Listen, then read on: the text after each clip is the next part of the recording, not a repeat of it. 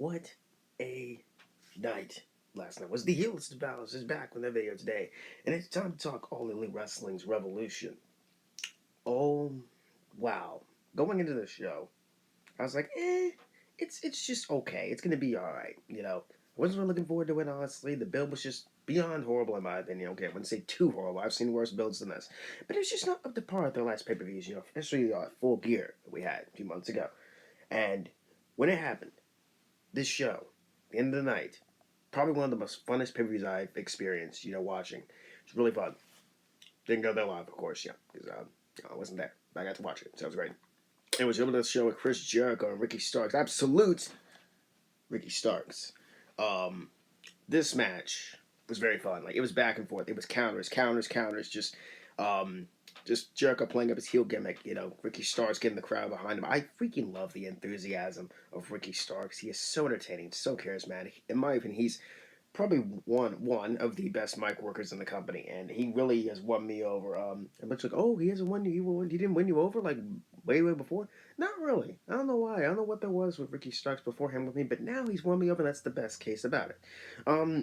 Yeah, it was very good. Sammy Guevara came down.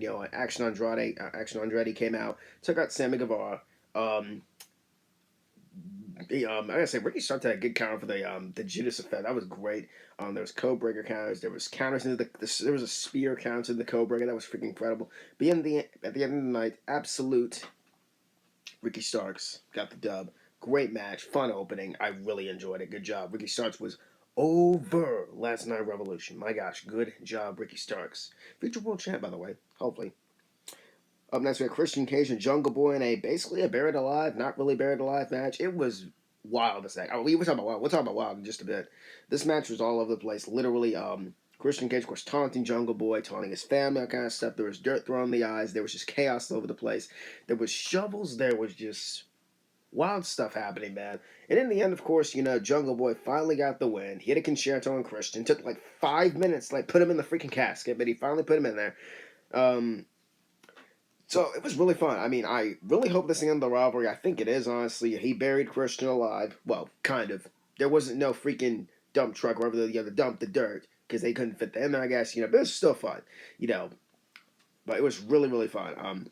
I wish they did the spot. Now, this would be very dangerous, but I wish it would have took Christian's head and would have just slammed the head, slammed the lid on his head, the casket lid on his head. That would have been great. We've seen that before on his back or whatever. It would have been brutal as heck. There was blood, of course, in this match. There was just all over the place. It was wild. Blood. We'll talk about blood later. Again, we'll talk about blood soon. It was really fun. But yeah, in the end, Jungle Boy got the win. Again, future world champ. Okay, I said with Ricky Starks. I'll say with Jungle Boy. I think he needs to work on his promos a little bit more. He's getting more comfortable in the mic, which he is. But future world champ in Jungle Boy. Highly recommend. I can highly see that happening one day. Excuse my allergies are acting up today. Here's fun. The trios match. The Elite, House of Black. Words cannot describe my excitement at the end of this match. My words cannot pass through this screen. If I could easily just pass through the screen, just tell you, physically tell you people how fun this match was, I would. But you guys gotta go out and watch it. You guys have to legit go out and watch this match. Now, if you didn't watch this match, all I gotta say is if you if you like fast-paced action, if you like freaking kickouts 24/7, if you like, near falls and kicks and flying, this is your match. If you don't like that stuff, there's a bit of storytelling in this match as well. It was really insane. Going into it, I had a feeling House of Black was probably going to get the dub because, first their entrance was freaking incredible. They had the flag. Joey was standing for the flag. They came through the flag itself. That was so cool. The Elite with their theme, it's pretty cool. I kind of find it a little bit corny. That's just me. It was just an incredible encounter, guys. Again, words cannot describe how much I enjoyed this match. It was all over the place. The ending sequence was deadly. It took in the middle of the match, it took all of them to take down Brody King. It was just it literally kicked off. All I gotta say, it kicked off with Buddy Matthews and Kenny Omega. That's all I gotta say. And if you have not seen this match, I know I'm hyping this up like it's the best wrestling match in the world. No, I've seen way better matches than this, especially tag team wise. But for what it was, for what I enjoyed, I love this match. It was very fun, very very fun. Highly recommend it. Go back and watch it. If you have not seen it, go watch it. You're gonna have a blast. It was very, very fun. Who won? House of Black won. New champions. Thank goodness. The Elite are no longer champs. I kind of figured again the Elite was gonna lose just with the entrance of House of Black. And I don't know. I just felt like the Elite was going to lose. I don't know why. And plus, House of Black, they are long overdue for a title run. So congratulations to the House of Black. Good stuff. Up next, we had. I can find it here. The Women's Championship Triple Threat, Saraya, Ruby Soho, and Jamie Hayter. I guess I got Jamie Hayter, Ruby Soho, and Saraya. Yeah, I got it right. It was okay. I mean, it couldn't follow what we just saw. No offense to the women. I liked it, but I didn't really care for it. Honestly, I just really didn't pay attention, so I can't really say much about the match. I saw the ending. Ruby Soho turned heel. Cool. And there was a split second in the match. We thought Jamie was going to lose to Saraya, which I'm not gonna lie, I kind of want that to happen. Just see social media riot. That would have been hilarious to me. Man, but in the end, people were speculating the Bella twins were going to show up because the Bellas were backstage. That would have been hilarious, but that didn't happen because the Bella twins are basically on WWE Legends contracts, and of course they were there to support D-Bry, all that kind of stuff in the main event, which we'll get to in a bit. But it was still fun, I mean, from what I saw from towards the ending, Ruby Soho turned heel. I kind of feel like she's going to turn heel because like her hair color was green. Plus, you had Saraya and you had Toni Storm both wear green. So I guess she's on the WWE side, and it's basically WWE versus AEW. It's kind of funny. I'm not gonna lie, it's kind of funny, but it's cringe same time, Saraya and Toni Storm are just they're not doing it for me for heels. That's just me. So there you go. There's the match. It was alright, I guess. Jamie Hayter retained. Let me see. Oh, this match. Up next, Jon Moxley against Hangman Adam Page. Texas Death. This match was graphic, brutal, violent. If you do not like any of that, do not watch this. Just do not watch this match. This match had people legit covering their mouths. I saw on social media people were turning the show off because of this match. This match was out there, wild, graphic shtick. And I've watched some CZW shtick. Most recently, of course, I've been gotten into CZW. I've watched some death matches. That this, compared to what I've seen, is slightly tamed, but even then, this was really over the top. Literally, you have Jon Moxley stabbing Hangman Page with a fork in the skull, and blood just spurting out. It was, oh my gosh, this, was wild, but I couldn't look away. I know it sounds weird. It sounds freaking weird, but I could not look away. It was wild. It was graphic. It was violent. It was intense. It was bloody. Hangman's hair literally got ripped out of his scalp almost. Like, oh my gosh, it was wild. The ending was wild. There was bricks, there was tables, there was barbed wire, there was blood everywhere. There was a graphic. I keep saying it because it is graphic. It's a very violent match. It's not even a match. It's literally a fight. And these two went out there and murdered each other at this point. Oh, and Heyman has a new theme, and he has lyrics too, and it's kind of cool. It's like some dark cowboy shtick, so no more cowboy shiz dick or whatever. So Moxley, wild thing. Moxley, I guess, is a heel since he hit a low blow in this match. I don't freaking know. It was no disqualification. But even then, it was still wild. It was insane. It was wild.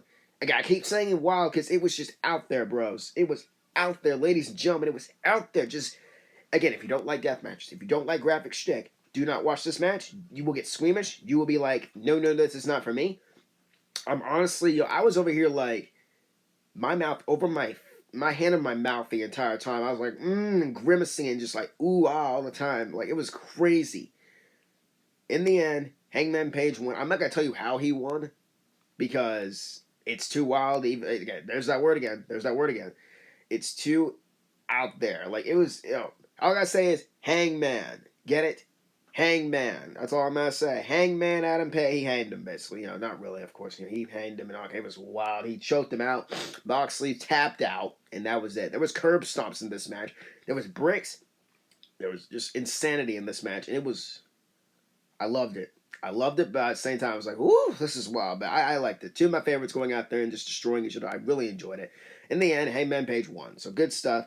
And again, I wouldn't recommend this match if you don't like squeamish shtick, if you don't like blood or anything like that. This is not for you. Just saying that out there. Because some few people are like, oh, this is not wrestling. That's understandable. That is not your cup of tea. That's totally fine. Me, I don't really enjoy this kind of stuff, but I couldn't look away. So there's that. I liked it. It was two of my favorites going out there. It was squeamish though, but it was still a wild thing.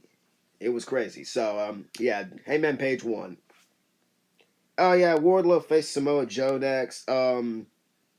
All I remember from this match, again, like I could not get off why I win this with a death match.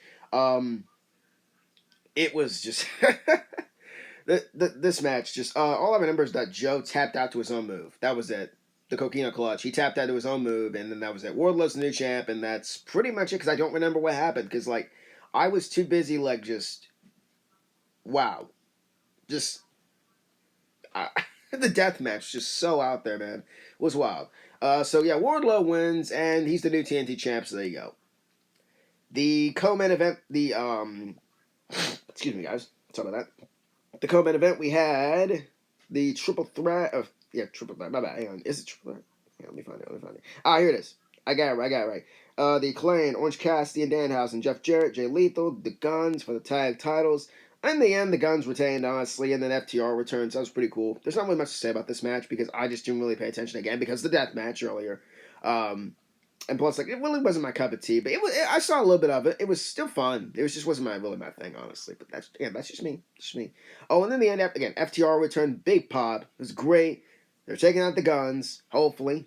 I do. I mean, I'm kind of warming up to the Guns. I'm not gonna lie, they're kind of funny. I wish they claimed one. They're my boys, so I wish they won, but they didn't win. It's okay. FTR won, so FTR came out. My bad. FTR didn't win. FTR wasn't in this match. They came out and took out the tag champs. So there's that. And they laid them out. Oh yeah, and Dax Hardwood got busted up for no reason. It was so weird. But there's that. In the main event, Bryan Danielson, Maxwell Jacob Friedman for the world title, 60-man Iron match. I can't go through everything that happened in this match, so I can't talk about this thing entirely. The opening was great. I mean, it was just basically some standard holds, stuff like that. And then they started going a little bit more. There was some blood. There was lots of blood in this match. MJF cut deep. Danielson bled. It was 2 for 2 a little bit, then 3 for 2. And in the ending had me freaking shaking, bro. First fall, D-Bry got the first fall. MJF got pissed and got disqualified. So D-Bry got a second fall, and then MJF pinned D-Bry again. I'm going through it like from what this list is saying. So MJF pinned D-Bry at 26 minutes 38 seconds. MJF got 1 point. MJF pinned D-Bry again at 26 minutes 43 seconds. He got a second fall. It was 2 for 2. Kicks. There were so many callbacks to the first time match with Shawn Michaels and Bret Hart. Elbow drops. Maxwell literally mocking, Shawn Michaels. Oh yeah, and the big spot everyone's talking about, MJF threw water or Tranquila. Apparently, he threw alcohol on a kid, and people are flipping out. Understandably so. I'm not going into detail about it, honestly. It's just I don't really want to be on either side of the situation, honestly. Like, it's just a big thing, I just don't want to get caught up in that. So MJF did bad things, very bad things, and people are understandably upset. So he threw what? He threw Tranquilo on a kid, and it's oh boy, people are not happy about that. That I don't have an opinion on that, honestly. So that's just me. Y'all can discuss them in the comments below, politely though. I'm here to talk about the match. Danielson got into the Regal stretch with MJF, and MJF tapped out immediately, 3 for 3, and then D-Bry was turned to the salt of the earth. There's so many things. Like 5 minutes left. It was all over the place. They were going banger for banger for banger. And then it was right into the Boston crab, almost single leg crab. D-Bry and a single leg crab towards the final minutes. MJF was biting his hand like they're going to give it to D-Bry. They're going to give it to D-Bry. They did not give it to Danielson. They both finished it off. It was MJF tapped out, but only after the clock ran out. It was sudden death. Then the referee to this here, it says right here. Medical team leaves MJF getting oxygen during the break. MJF immediately shoves the referee, allowing Danielson to grab a roll up for 2. MJF kicks out. Danielson low blow for 2. Kicks Danielson low for 2. It's time for the belt. The referee takes it away, and MJF pulls up the diamond ring. The big shot misses, and Danielson hits a poison run into the running knee for very close, too. I legit thought D-Bry was about to win this match. I legitimately thought, in sudden death, Danielson was about to win.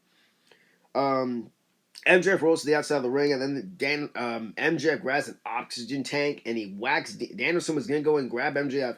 He whacks D-Bry in the skull with it. Mind you, he gives stiff punches in this match to D-Bry's head, and it was worrying me to death. Not during the sudden death, but it was during the Iron match itself. He was giving stiff punches to Danielson's skull, and it was worrying me. In the end, he hit him with the freaking he hit him with the oxygen tank. He knocks him out. And then he freaking locks in the yes lock, the label lock, whatever you want to call it. He locks in Danielson's own move. And then Danielson taps out to his own move. MJF's still the world champion. Wow. Highly recommend this match. Again, I just parts of it, not all of it. If you don't like 60 minutes, um, especially the sudden death, it was great. Overall, this match is really good. Very good pacing. Love storytelling. Great storytelling match. It was all over the place. It was fun. It was entertaining. MJF retained. He could hang with the best. And personally, one of my personal favorite wrestlers in the entire world, Danielson. It was just wild, man. Highly recommend it. If you like storytelling, if you like good pacing, if you like action, if you don't like long term rest holds, stuff like that, and like arm drags 24/7, this is not for you, honestly. But if you like stuff like suspense and just sudden stuff, like this is the match for you. Plus, Danielson and MJF went on and told a good story. So people say, wrestling doesn't bring storytelling. This has good storytelling. Highly recommended. Most of the night had good storytelling. I appreciate it. And good action too. Mixing the both. Good job. But overall, Revolution, I liked it. I gave it an 8 out of 10.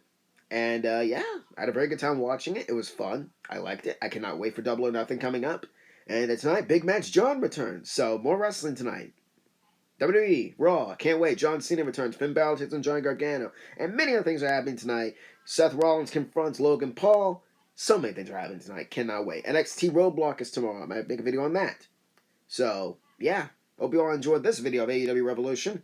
And I will see you all in the next video. Too sweet, this like button down below. Subscribe and like this one. Follow Twitter, Heel Balor, Instagram, Heel Balor YT. And I will see you all in the next one. Too sweet. Peace out.